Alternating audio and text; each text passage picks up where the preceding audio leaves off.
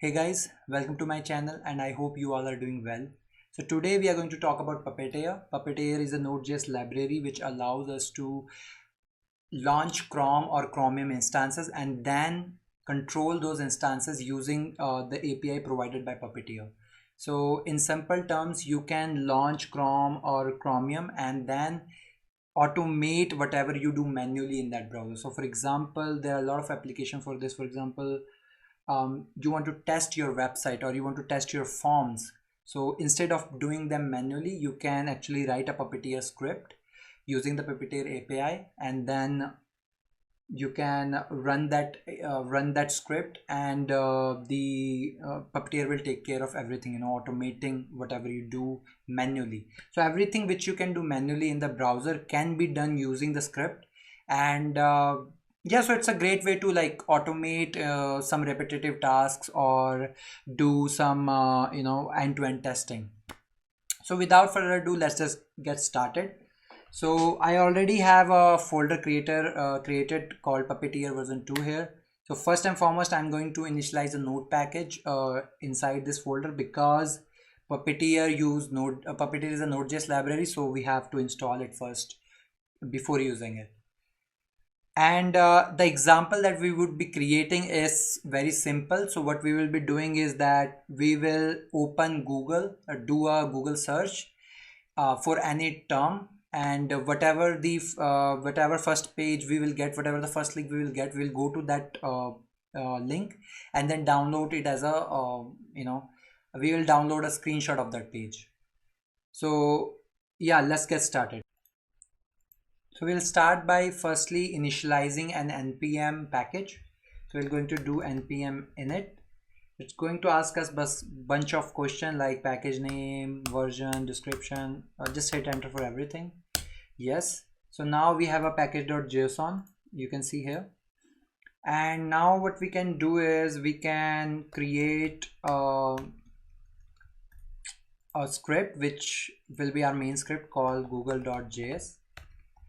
And in order to use Puppeteer, we firstly have to install it. So we are going to do yarn add puppet not pipe puppet here. So now it's basically installing. Now the package is installed, and let's start our writing our script. So firstly we're going to import the Puppeteer equal to require Puppeteer. Nice. Now we're going to create a function called const Google search, not Google search, Google search. This will be our primary function, right? So I'm going to create an array function here, and now let's call it here Google search. Right. So the first thing that we have to do is we have to launch the browser. So in order to do that, what we have to do is const browser equal to Puppeteer dot launch, right?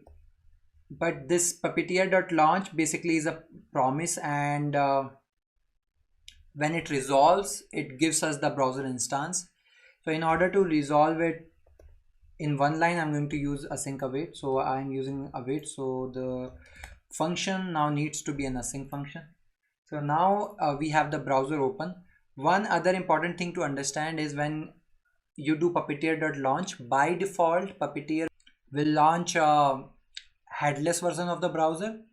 And by headless, what I mean is that you will not able to see the UI of the browser running. Everything will happen in the background. But for this tutorial, I'm going to disable that. What I'm going to ask Puppeteer to do is that please show me the UI so I can see everything in the action. So in order to do that, what we have to do is Puppeteer.launch take an object where you can provide different options. So in here, what I'm going to do is headless false. So by doing headless false, what happens is that the browser will be created, but the UI will be shown to you. Now the browser is created. The other thing we have to do is now we are going to create a new page. So page will be like a new tab. So what you can do is const page, and browser instance have a property called method called new page. So you can just say const page equal to browser new page, and it will create a new browser for you. So let's just see if this works. And one thing to remember, that this is also in promise, so you have to do await. Let's see if this works. So in order to run it, what I have to do is node google.js, and let's see if that works. Yeah, so you can see a browser get opened up, and it opened a blank tab basically. So one other thing we have to do is, once our operation is completed, we also have to close the browser. So I'm going to do await browser.close here. Okay, so now if I run the script, it will open the browser and close it because the script is completed. I think this is pretty cool, right? We are able to launch the browser by itself. So yeah, great. So now we have the page, but now what we want to do is, we want this page to go to Google, navigate to Google. So in order to do that, what I'm going to do is, there is a method in the page instance which we called go to, and here we can provide the URL of the website or the web page we want to go. So I can just say https www.google.com, and yeah, so I'm going to comment this browser.close, so we will be able to, so we are able to see the Google page loading. So I open this, it goes to a new tab, and it tries to go to the www.google.com. Actually I put like 4 www, so it's not working, but yeah, let's check it out. So let's do not google.js, it goes to google.com, and voila, so the google.com gets opened up, right? So now great, and we're going to close this is for now. So what we want to do now is, we want to type our search term in the search box. So let me do one thing. Let me open the Google again. If you go here, so in order to type in here, what we're going to do is, the Puppeteer allows you to search element using a CSS selector and then type something in it. The syntax is something like this: await page dot type. So everything is a promise, so I'm using await in front of it. Dot type your CSS selector here, whatever the CSS selector you want to put, and then whatever the string you want to type in that input. So for example, I'm going to type Steve Jobs, right? But we still need the CSS selector, where we want to type it. So do remember, when you're doing something like this, please try to find a unique CSS selector, because if you don't find a unique CSS selector, it can be the case where it selects something else and type in some else input where you don't want it to. So always try to find a unique selector. So with Google, what I found out is that a unique selector is something like this. So they have this area label search, if you are able to see area label search, and this is unique to this input. So I'm going to use this. If you don't know how to use attribute as a selector, this is how it works. So when you want to select element using the attribute, what you have to do is put square brackets, and just the attribute name and the attribute value. This works everywhere, even in the CSS. This is a normal CSS selector. All right, so now what we are going to, okay, so there is one problem. Firstly, we have to visit the google.com and then do this, right? So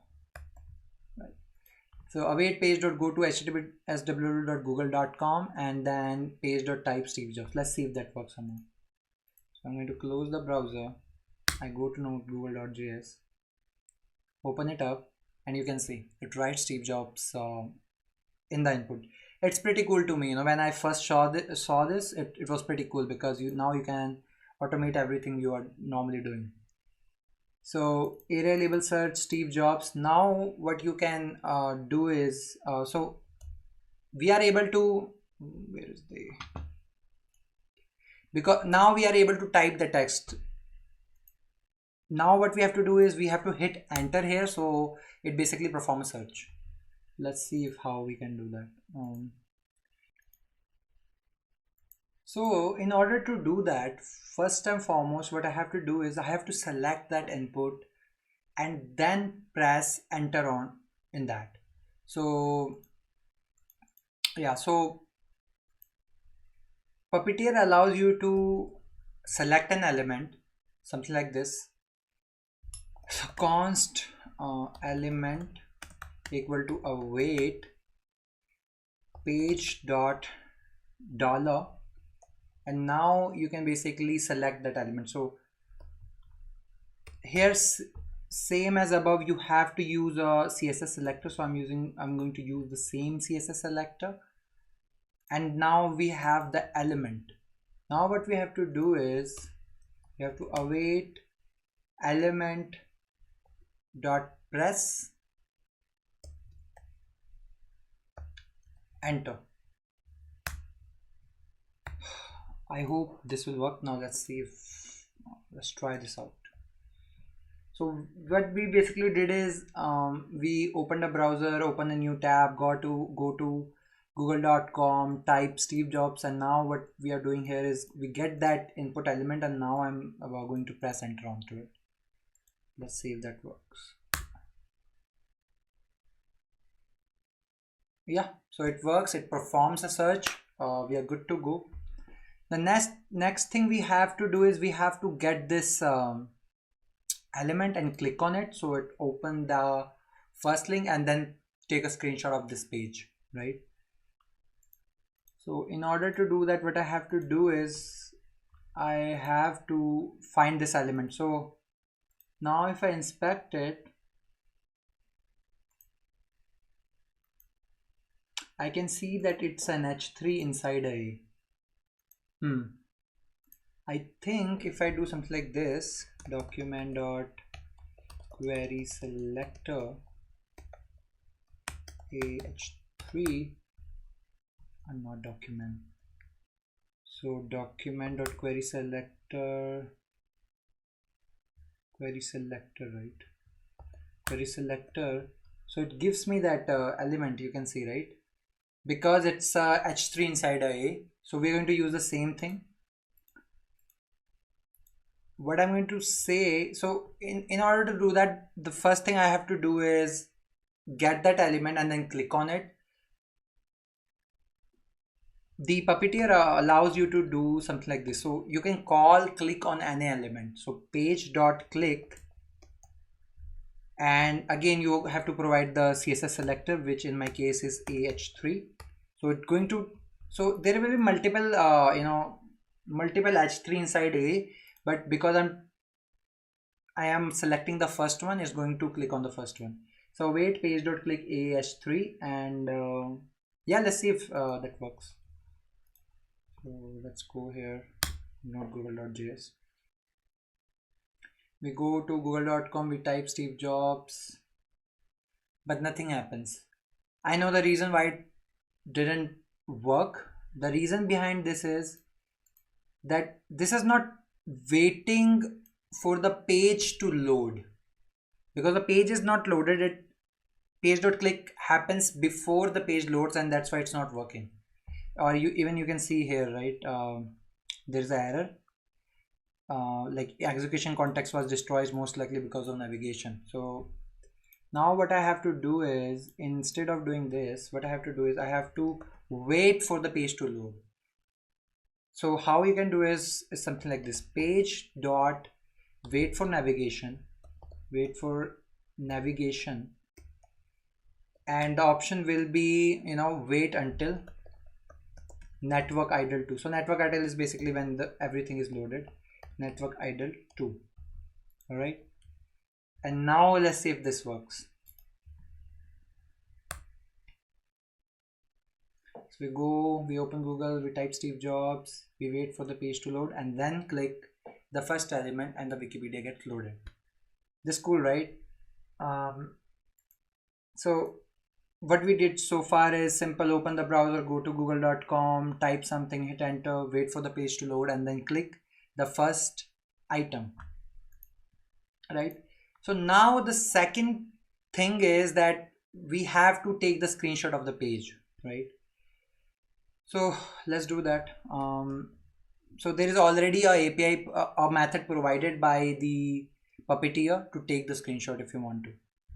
So it is something like this: await page dot screenshot, and then you have to provide the path. Basically, path by means where it's going to be saved, basically. So I'm going to just say not Wikipedia, first link dot png. All right, something like that, and then close the browser. All right, let's see if that works. It go to google.com, go to Steve Jobs, click on the first item, and takes the screenshot. And you can see the screenshots there. Screenshot is there. You know, it basically took the Wikipedia screenshot, right? Let's delete it and let's try it again.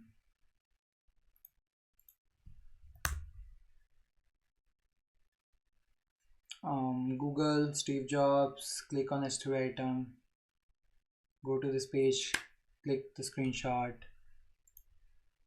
and here is the screenshot.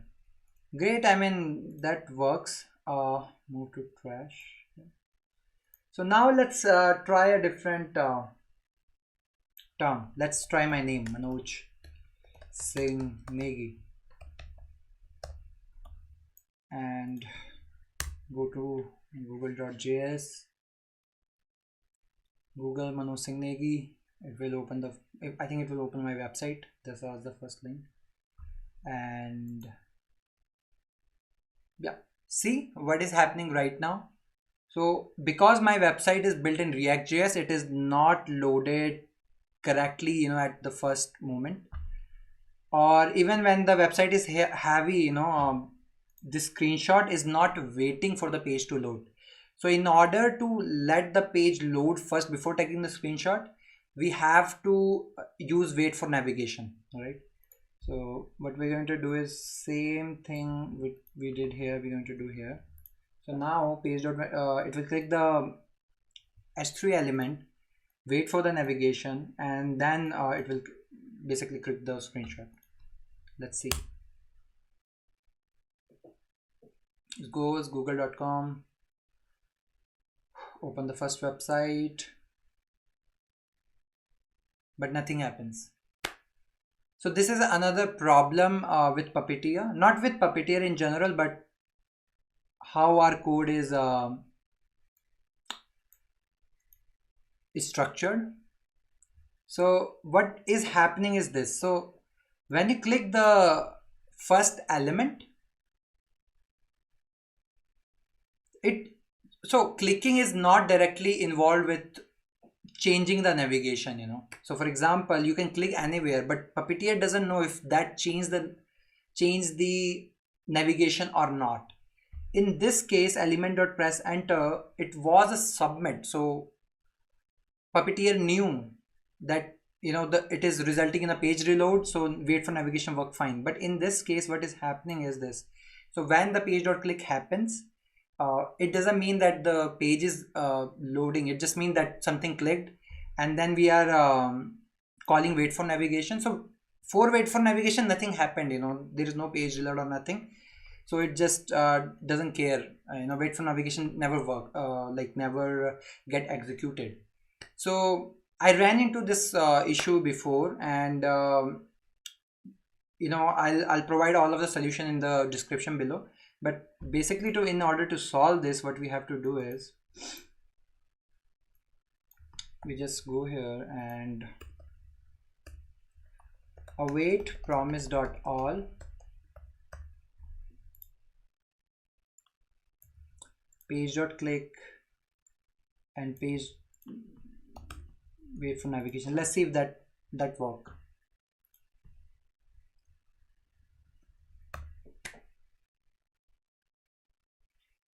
So Manoj Singh Negi, it goes to the website, it wait and it take the screenshot, and now it wait for the whole content to load.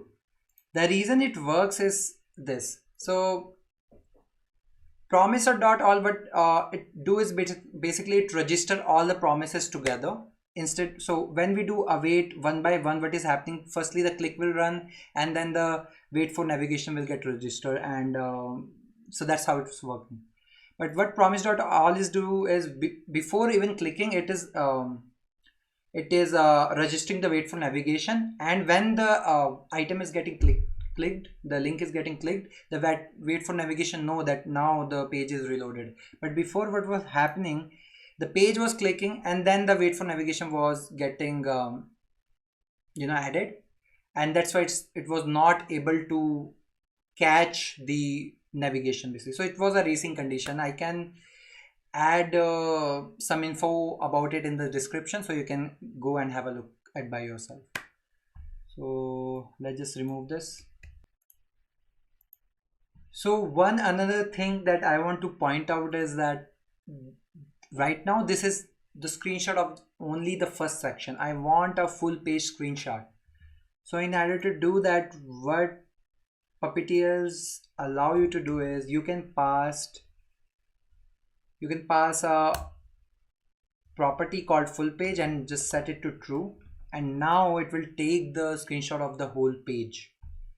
So what I'm going to do is I'm going so instead of Manoj Singh Negi, I'm just going to do it Steve Jobs.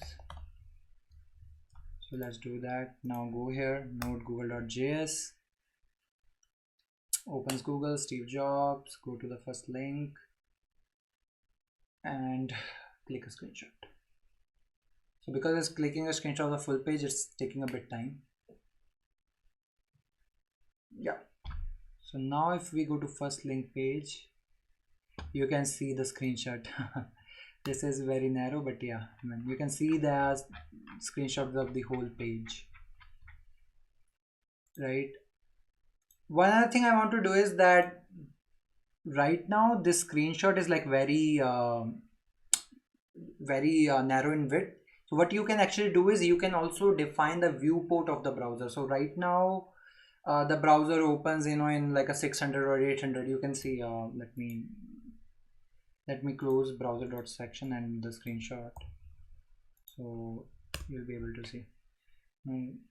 So even the browser of this width, you can see the viewport, it's very small.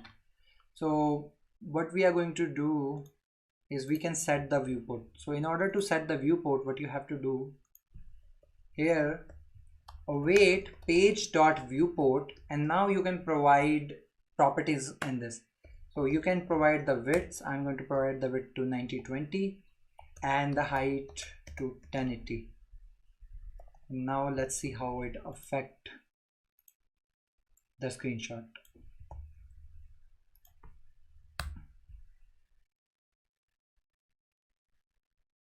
So it opens up google.com, Steve Jobs, go to Steve Jobs and click a screenshot.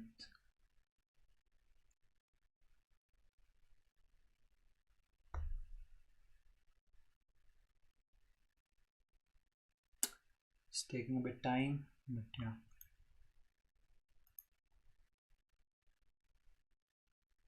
So as you can see, now the width is a bit bigger. Yeah, so this is Puppeteer, right? I think this is really cool. You can automate actually everything if you want to. But yeah, I mean, what we did simply is that we open the browser, created a new page, set the viewport, go to a page, type something, hit enter, wait for the navigation, click, and then just take the screenshot of that web page. This is a very simple example. This is just a getting started tutorial, but you can actually do some really complex things with it. For example, if you are doing something repetitive each and every day, which requires just clicking something, getting information from somewhere, and just putting it here, putting it in the browser and just submit, putting it in a web page or submitting it, then it's perfect for that kind of things. And even for testing, if you want to test your application end to end, clicking on something, if clicking on something opens a a modal or some kind of error happens or not, I think Puppeteer is really good for that. And I think one added perk is that it uses Chrome, so Chrome and Chromium, so they are always at the latest version, so you will always have the access to all the latest latest features provided by Chrome. With that being said, I think this is it for today. But what I'm going to do is, when I was creating the video, I created some notes, so I'm going to link them down in the description. I'm also going to post this code in GitHub, so if you guys want to contribute to that, or if you want to have a look at the code, you guys can go there and have a look at that. So yeah, I mean, that's pretty much it. That was Puppeteer, and yeah, I catch you on the next video. Bye bye.